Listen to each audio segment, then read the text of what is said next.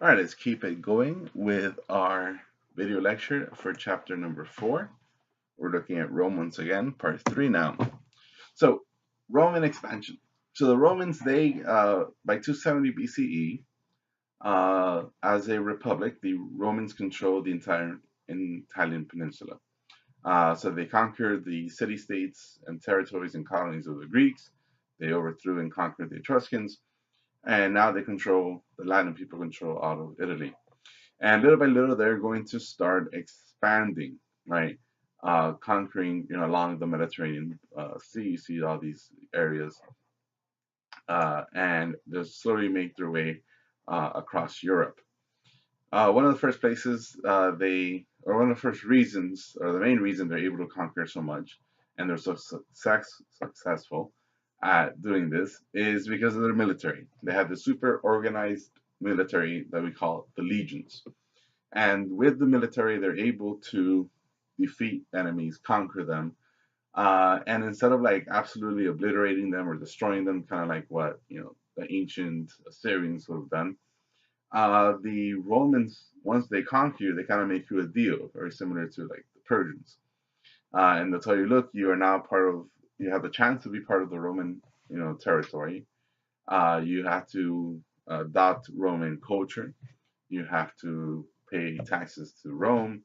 You have to provide military, soldiers when necessary, and you have to follow the Roman laws. But in return, you're offered citizenship. So you are allowed to be part of this government, right? You have a say in the government that has just defeated and conquered your lands.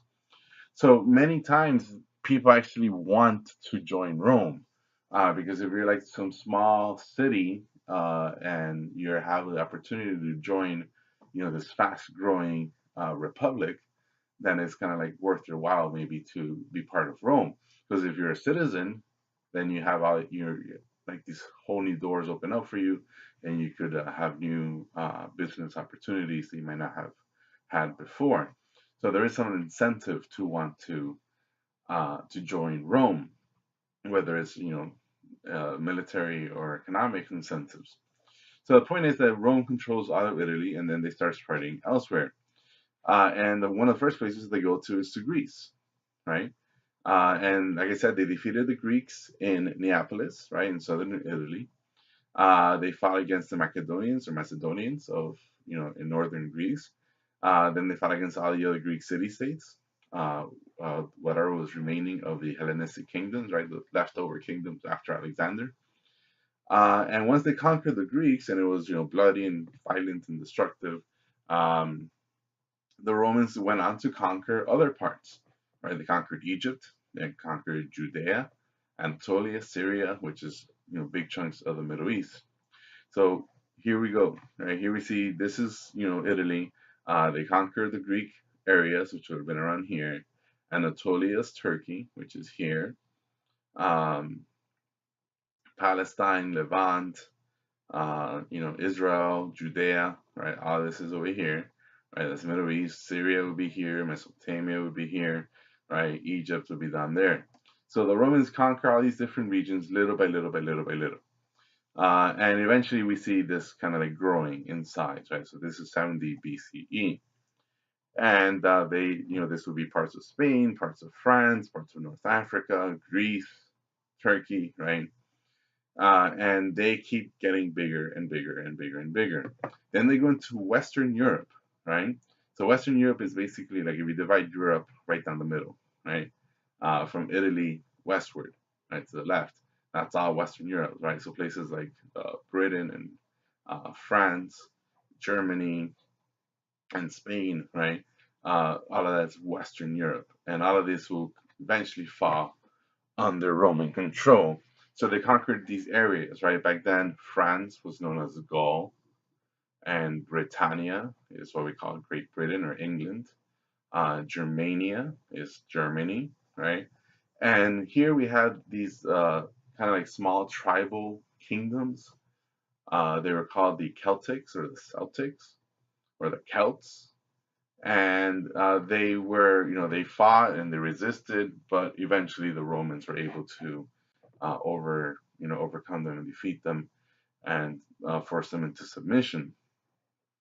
Now here we see another picture. By the time of the great leader Julius Caesar, Rome has conquered greater and greater and greater territory. Now, Rome isn't the only player in this game of expansion. There's another player, which is Carthage, and it's right here in North Africa.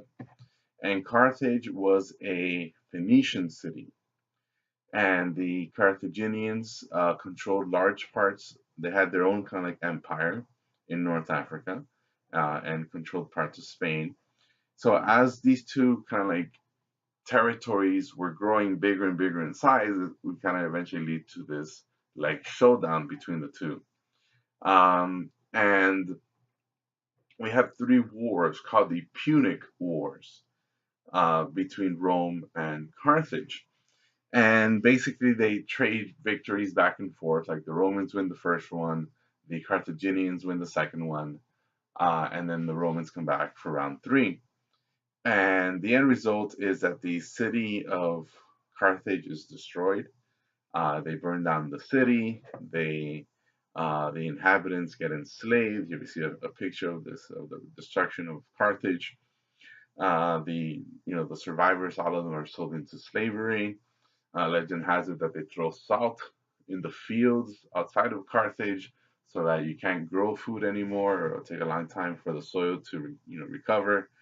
Um, and the reason is because of this guy, right? There's this Hannibal, this Carthaginian general in the Second Punic Wars. He marches with this huge army, right? And here you see his trail. So he goes from over here in Spain, right? And southern Spain was part of Carthage back then. And he travels across with his huge army, and the Roman legions, they send one, and Hannibal destroys them. They send another one, and the Romans lose again. And each one of these battles, Hannibal keeps winning, right? And he gets close to Rome. Like is, he sees Rome, he can conquer Rome, and he actually has elephants fighting for him. He has war elephants, so he's very close to conquering Rome. And then I forgot why, but he's forced to retreat, and the Romans barely survive. Like they barely stopped this invasion from destroying their city. So when the Romans have a chance to attack Carthage directly, because before they were just fighting over all these different territories, the Romans they go straight at Carthage and they're able to burn it down and kill everyone or enslave everyone. So I mentioned that the Roman legion was very organized, and here we see some of their tactics and fighting.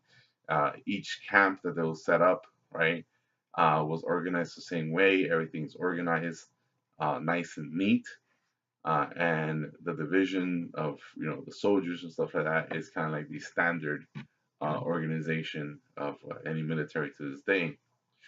The problem with the legions, the problem with the army is that yes, Rome gets bigger and they expand, but there's also the issue of the wealth gap.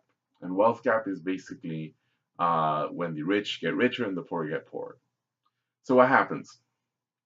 If you're a citizen of Rome, you're a male, because only the men were citizens, you are required by law to serve in the military. And the average amount is around 7 years. So if you're you know, a farmer and you're told, okay, now is your time to serve for 7 years, uh, you have to leave home, right? So imagine if you're a farmer, you have a wife, you have kids, and now you're told you have to be gone for 7 years, right? And you have to leave your farm behind, you have to leave your family behind. So who's going to take care of the household? Who's going to run the farm, right? And the concern is, or the issue is that without the male guardian or the male head of the house, uh, that family is kind of exposed. So what happens is you have rich people come in, and the rich people tell these small, farmers, small landowners, small business or shopkeepers, small artisans, have blacksmith stores or carpentry stores and stuff like that. And these upper class people come in and say, okay, we're going to buy off your property. We'll give you money, and we'll buy your store, we'll buy your farm or whatever. Your family lives there, they'll work there, but now they have to pay, kind of like rent to the landowner. But at least you're rest assured that the family is, safe and nothing's going to happen to them. The problem is that as the Romans expand and they start conquering more and more land, everywhere they go, they defeat their enemies, and those enemies are enslaved. So that means there's a whole bunch of like incoming slaves entering the market. And who's going to buy the slaves? Well, the rich people are going to buy the slaves. And instead of when you're rich and you have all these slaves working for you, it comes to the point that you don't need to hire workers. So that family that you said, okay, you'll work for me, you can just kick them out and replace them with slaves that you don't have to pay.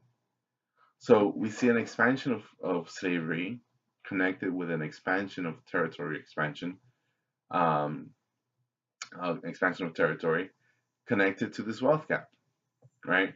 So now, like the middle class, the lower class, they're kind of being pushed lower and lower and lower and lower, and they're forced to compete against the slaves.